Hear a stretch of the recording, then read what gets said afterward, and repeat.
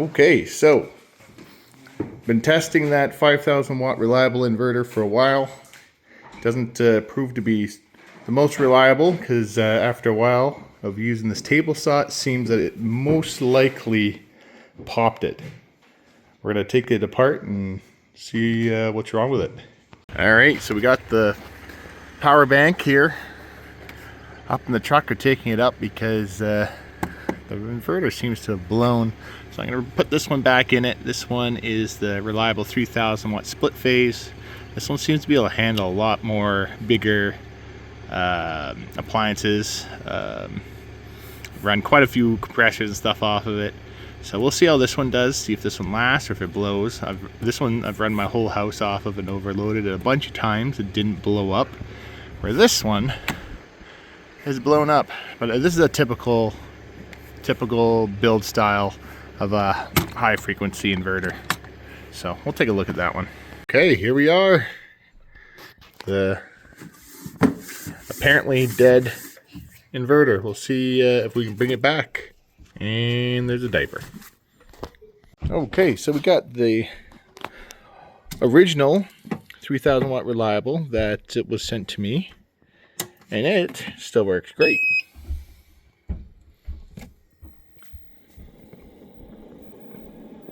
Batteries are fully charged. Everything's working properly. Reliables. MPPT charge controller still working good. So these two still work great. And this, I've put tons. I've used this. Like we built half of that. Well, I'll have to show you guys half of this cottage with this one.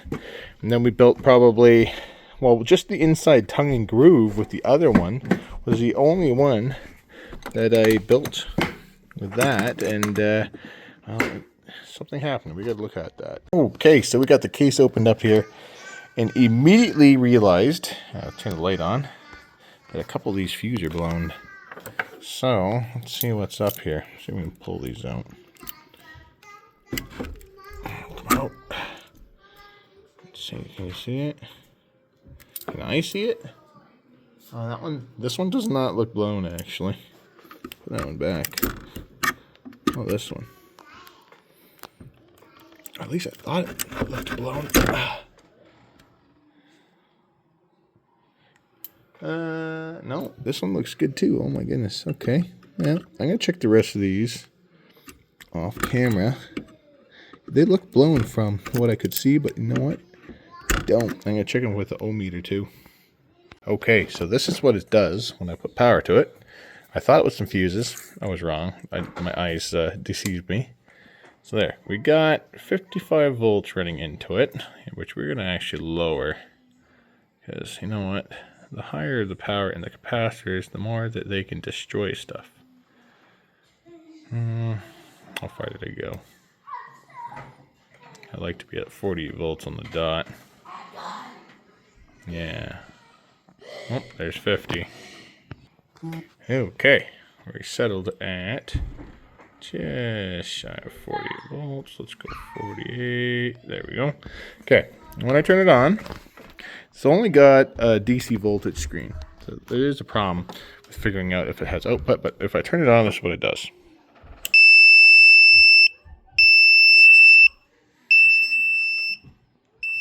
Okay, I have the current.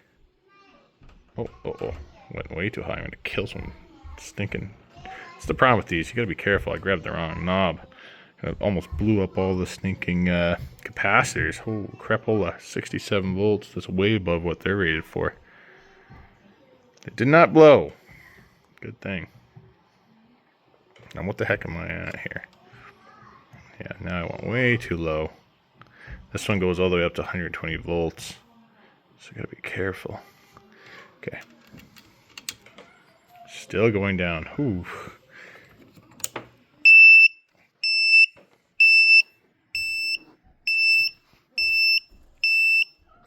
It's trying to start. Uh-oh. I smell something. Something's getting hot.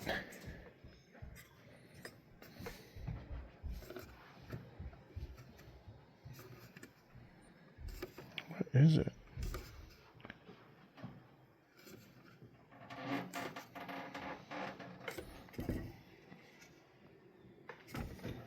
MOSFETs aren't getting hot.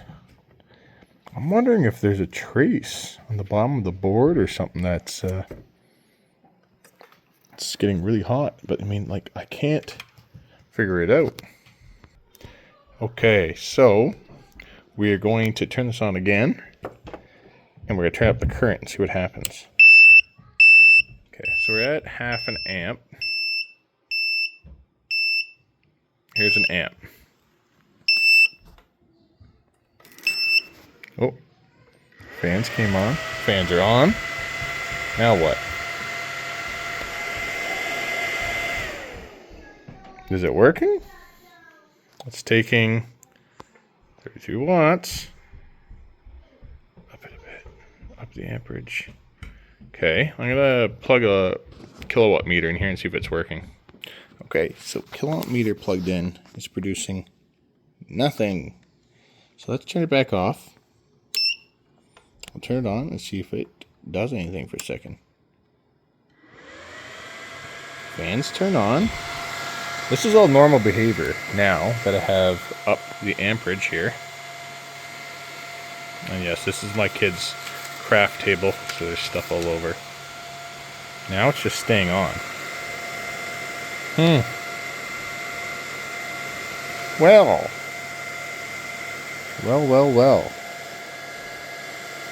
That's not what you want to see. Now, I don't recommend poking like I did. I was just pushing the fuse, and I noticed it wasn't in all the way. There could be super high voltage, 300 volts. It could kill you. This is one for the books, and if I reduce the current, oops.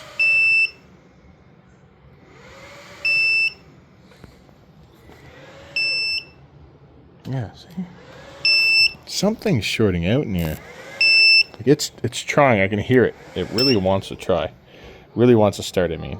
So I gotta figure out what's going on here. I'm gonna have to pull this board out, look at the bottom side of it, see if maybe there's something stuck in there. I don't know. Okay, got it out of its clamshell. Let's look at this together.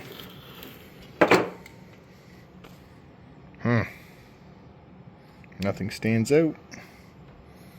Well, they do have a lot of little bus bars added into their solder, which is nice. They got some standoffs, so nothing touches the board below. I see no damage done to this inverter. So, what does that mean? It's probably a MOSFET's failure then. None of the MOSFETs look bad. They don't look cracked. They don't look bad.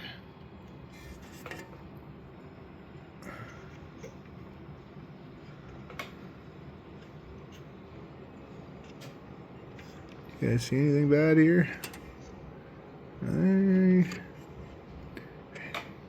Typically, especially on the higher voltage like this, when you have failure, you have cracks, you have burnt marks, all kinds of stuff, but honestly, I don't see anything wrong. Now, let's check the fuses again. This is going to be really hard to do with one hand, but so if you check these MOSFETs here, oh boy, there, see nothing. So when you touch these together, they beep. Oh, if you touch these, oh boy, they're beeping like they are shorted. But, so I'm wondering if maybe the input is okay and the output is what died, which is very rare. Oops, sorry.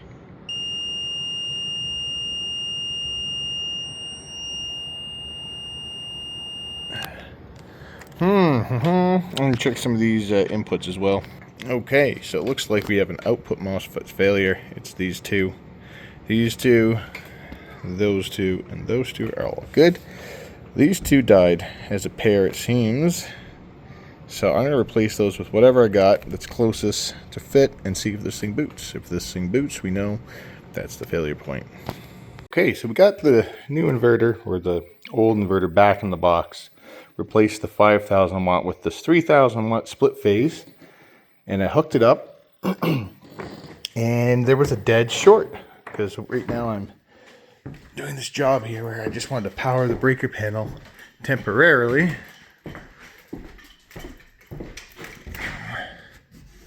So I literally am powering the breaker panel with an extension cord. I have the neutral going to neutral. I got the live going to one breaker on one side, and then I jumpered it to another breaker on the other side. So my panel is live. So I only have, which one? I got two. So these are lights, lights, and lights, I believe. No, lights, lights, lights. So I have a few circuits, just lights going. So I can have, well, as you can see, I can have light. And so I hooked it all up, and I plug it in, and I get a dead short. And this thing makes quite a loud buzz. Bzzz, and then it shuts off. And I was like, oh, great, I just blew up the inverter. Unplug it, plug it back in, turns right back on. And I was like, oh my goodness, this just survived a dead short. So then I think I figured out what was wrong. Did it again, bzzz, dead short again. And I'm like, what is going on? Because I can plug this place. I can plug this place into the generator, and there was no problem. And I was like, what is happening here? So then I finally figured out on this inverter, they have the neutral and the hot reversed. So what was happening is the neutral and the ground inside my breaker panel, they're bonded. So,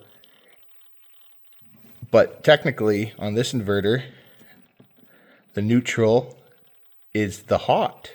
So it's basically taking out, it was grounding out from the ground to the neutral. And I had so it's not bonded in here, but I had it bonded here because when I charged my electric car off this, it had to be bonded.